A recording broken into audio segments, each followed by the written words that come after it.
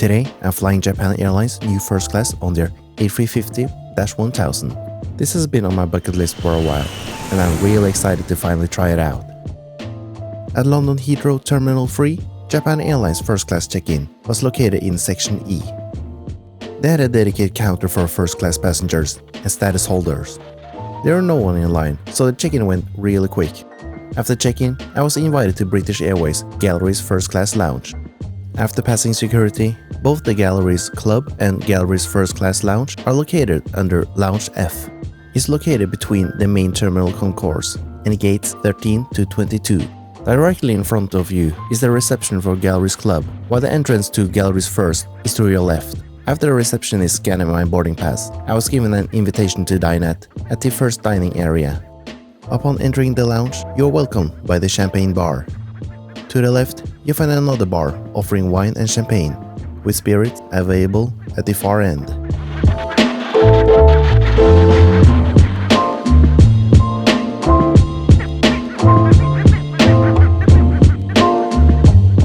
Going the other way leads to a kids' play area, followed by the dining room, which features a buffet, plenty of seating, and an additional bar. Next to the bar and the buffet area is the entrance to the first dining area, where they offer a la carte meal service.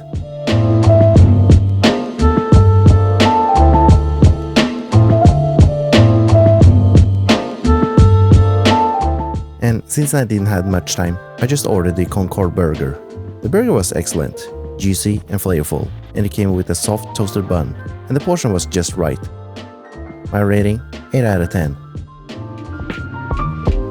It was time to get to the gate, and my gate for today's flight was 17. Boarding began with the pre-boarding group, followed by Group 1. And finally, it was time to step aboard on the brand new A350-1000. A friendly flight attendant greeted me and guided to my seat, 1 Delta. My first impression of the seat was how unreal it felt. It is incredibly spacious, with enough room to fit 3 people. And I also love the rich burgundy color, which adds a touch of elegance. Japan Airlines A350-1000 first class cabin has a total of 6 seats, spread across 2 rows, in a 1-1-1 layout. The cabin layout feels exclusive, with fewer seats than most first class cabins, creating a quiet and a private atmosphere. Alright, let's begin the seat tour. There's a lot to explore with these seats, so bear with me here. The seats are Safran suites, and its red burgundy color seats and brass details makes the seats look very elegant and luxurious. The size of the suite is not only the highlight, the suite also has some amazing tech. In front of your seat is a massive 43-inch WIFI screen, and it's like having a big TV right in front of you. Below the screen, you find both a USB-A and C port, and a universal power outlet on the side. Further down, you find an ottoman, which doubles as a storage compartment, since there are no overhead bins in the cabin. The storage compartment was spacious enough to fit at least one large carry-on item. As you can see, I only had my backpack stored there, and there was plenty of room to fit another carry-on bag. There's additional storage next to the ottoman, including a small compartment where a bottle of water is stored, a deep drawer underneath, and a large sturdy tray table, which can be slid back and forth.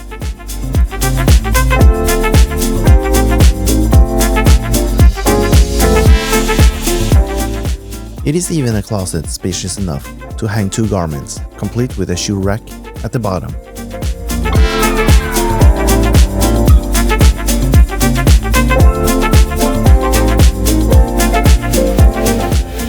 Below the WIFI screen, on the door side, there is a magazine holder and a surface area with additional storage space. I mainly use this spot to store the headset. The seat offers an amazing amount of storage, so it's easy to understand why the overhead bins aren't needed. The seat can be adjusted using the push control buttons on the side.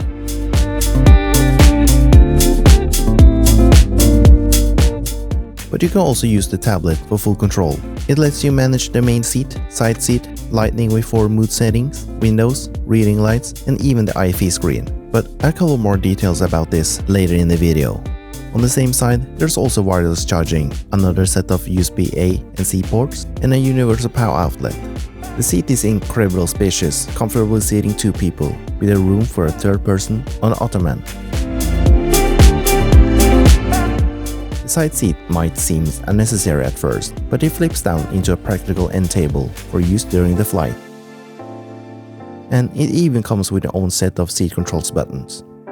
If you're not planning to use the side seat as a table, there's an armrest to ensure the main seat doesn't feel uncomfortably wide. Each side features an elegant brass reading light, along with another set of charging options, including a universal power outlet and a USB-A and USB-C ports. Another unique feature of the seats is the built-in speakers in the headrest, allowing you to enjoy entertainment without needing headphones. There are no individual air nozzles, which I really noticed because the cabin was quite warm during rest time. Finally, we have the sliding doors. While Japan Airlines A350 first class doesn't feature floor-to-ceiling doors, the walls are 157 centimeters or 62 inches high. It's still providing an impressive level of privacy. After settling into my seat, I got to try out these features. Our flight attendant offered me a pre-departure beverage, and I decided to go with a glass of champagne. Upon boarding, I found a selection of amenities already waiting at my seat. It included amenity kit from Harold Boney, an eye mask, slippers, a shoehorn, and a wool blanket. Along with this, there was a menu, and inside the menu, I also discovered a voucher for free Wi-Fi. If you like this content and want to see more, consider to like the video and subscribe to our channel. Your support helps the channel grow, so we can create even more videos. Thanks for your support. Once we reached cruising altitude, the meal service began. The crew asked if I wanted to eat immediately, since they offered dine-on-demand service. I chose to eat right away, so I could rest afterward. Here's the food and drink menu. As with many Japanese airlines, the menu features both Western and Japanese options.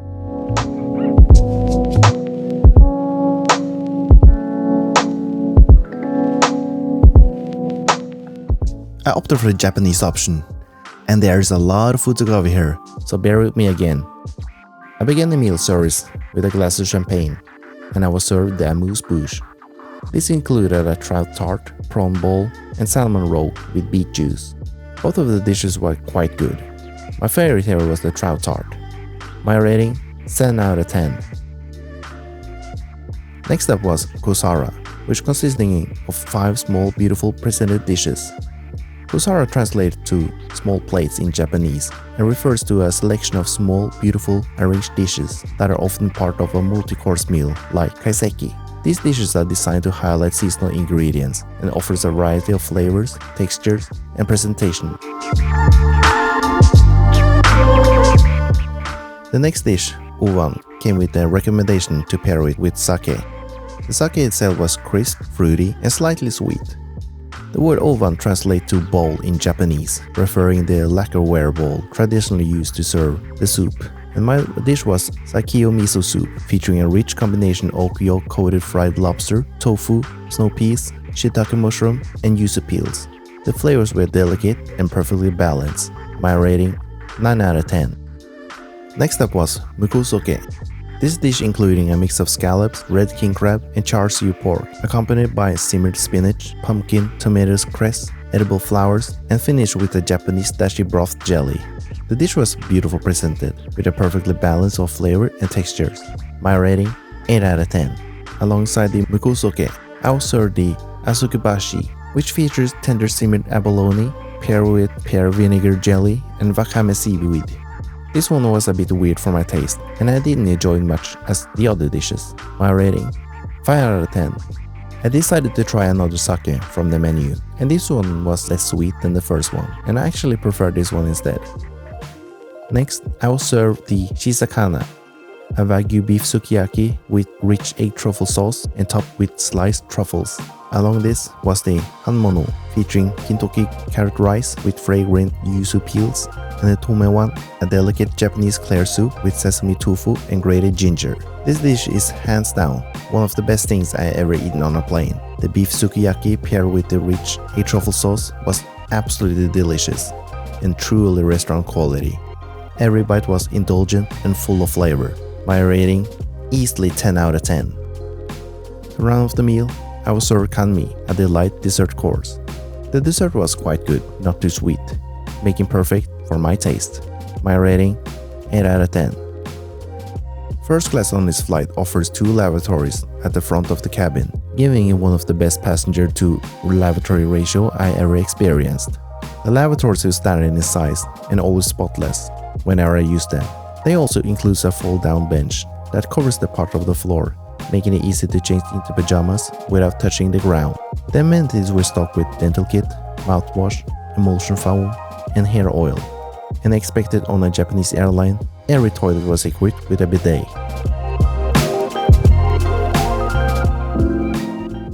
In bed mode, the seat is unbelievably comfortable. It is incredibly spacious, with a bed width of 123 centimeters and a length of 203 centimeters.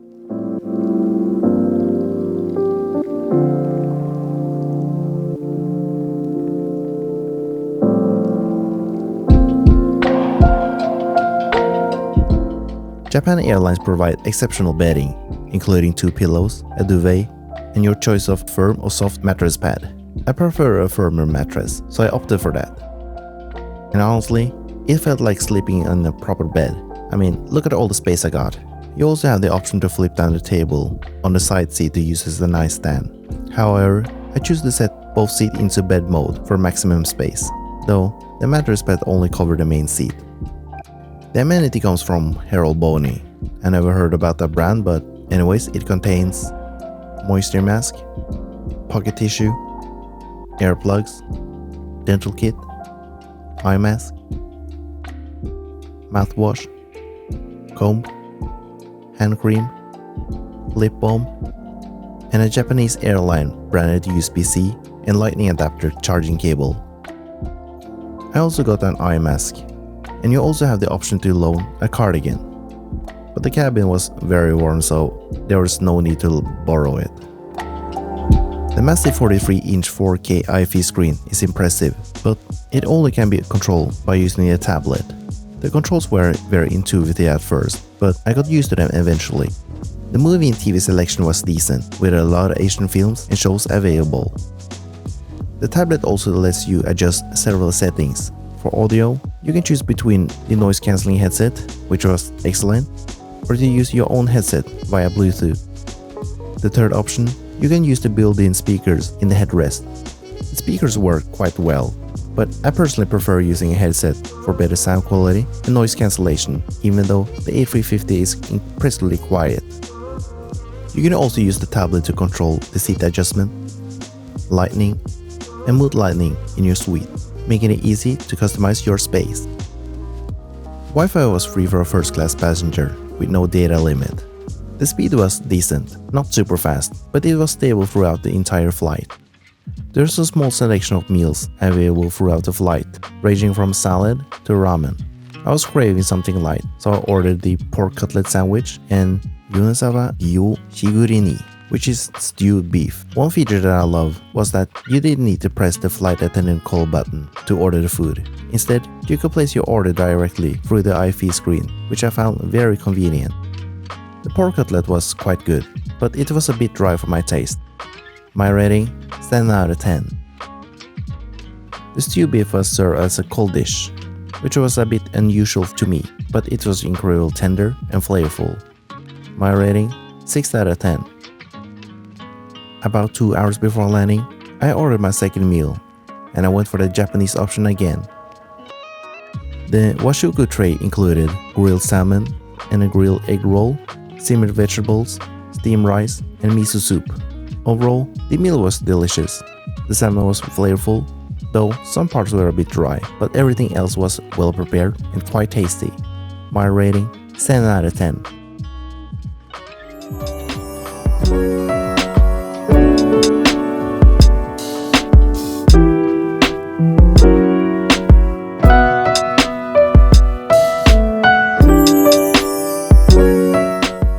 Flying Japan Airlines on their A350-1000 have been on my bucket list for a while. It was absolutely amazing, and I'm ranking this as my best flight ever. Starting with the hard product, the seat was unreal, incredibly spacious, with enough room to fit 3 people comfortably, and I love the rich burgundy color, which added an elegant touch to the cabin. Combined with its modern tech, it is officially my favorite first-class seat. The soft product was just as impressive. The food was one of the highlights of the flight, with flavors, creativity, and presentation that far exceeded any meal I had on a plane. The MVP, the Wagyu beef sukiyaki with a truffle sauce topped with sliced truffle, is one of the best dishes I ever tasted. The crew was gracious, kind, attentive, incredibly polite. Their warmth and professionalism made the entire flight experience better and unforgettable. While this experience was amazing, I do have a few minor nitpicks to keep things balanced. First, the Amenity ticket wasn't quite up to first class standards. It felt like something you would get in business class. Well, that said, the Japan Airlines branded charging cable was a nice touch. The tablet used to control the Wi-Fi screen wasn't very intuitive at first, but I got used to them eventually. I really wish there was a way to control the temperature, since the cabin became really warm. Lastly, the tray table design could be better. Once you set up with a meal, it is difficult to get out of your seat without some hassle.